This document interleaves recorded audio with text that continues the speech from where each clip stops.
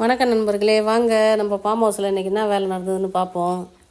இன்றைக்கி என்னென்னா மாட்டுக்கு தீவனம் இல்லை, மல்லாட்டை கொடி எடுக்க இன்னும் கொஞ்சம் நாள் ஆகும். அதனால் பச்சை புல்லு போட்டால் தானே மாடு கொஞ்சம் கறக்கும், நல்லாவும் இருக்குன்னு சொல்லிட்டு நாங்கள் என்ன செஞ்சோம், ஒரு மிகப்பெரிய ஐடியாவை பண்ணோம். ஏற்கனவே தேவையில்லைன்னு பிடிங்கி போட்டு அதை அழிச்சிடுமா, வேணாம் வள்ளி கொடிலாம் அது நிலத்தை பூரா வீணாக்குதுன்னு சொன்னேன்.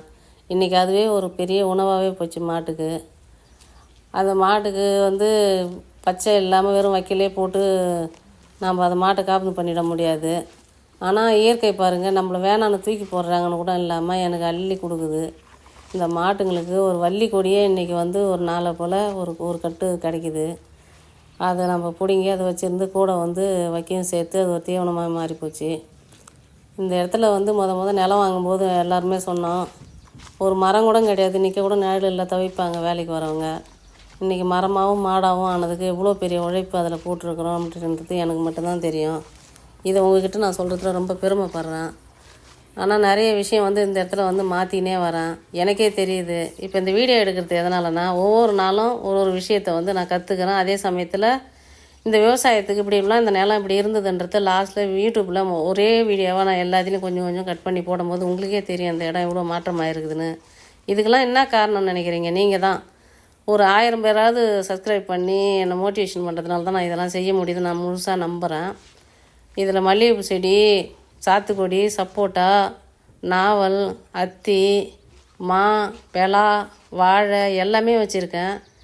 எல்லா மரமும் கொஞ்சம் வளர்ச்சியாகவே இருக்குது. இப்போதைக்கு எனக்கு எதுவும் வருமானம் இல்லாட்டாலும் இது வளரும் போது எனக்கு கண்டிப்பாக தருன்றதை நான் முழுசாக நம்புகிறேன். இந்த வீடியோ பார்த்ததுக்கு நன்றி. பாருங்கள், வேணான்னு தூக்கி போடாமல் அந்த நிலத்துல அந்த செடி இருக்கட்டும்னு பெரியவங்க விட்டு வச்சதுனால இன்றைக்கி எனக்கு இவ்வளோ வள்ளிக்கிழங்கும் கிடைக்கிது. ஒரு நாளாக போல் 2 செம 3 செம அந்த வள்ளி கொடியும் கிடைக்கிது. மாடும் பட்டினி இல்லாமல் இருக்குது. நிலன்றது பூமின்றது எப்பயுமே ஏமாற்றாது. மனுஷனை போல் அது இல்லை. மனுஷன் எவ்வளோ உழைக்கிறானோ அதுக்கு தகுந்த ஊதியத்தை அது கொடுத்துக்கினே இருக்குது. நான் இதிலேருந்து ரொம்ப புரிஞ்சுக்கினேன்.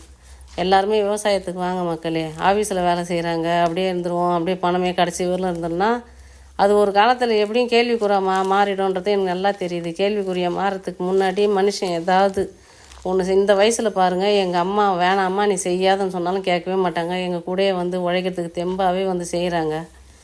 அந்த மாதிரிலாம் ஒரு விஷயத்த பெரியவங்க புரிஞ்சு வச்சுக்கிறாங்க. இப்போ நான் தான் கொஞ்சம் கொஞ்சமாக இந்த விவசாயத்தை பற்றி புரிஞ்சுக்கிறேன்.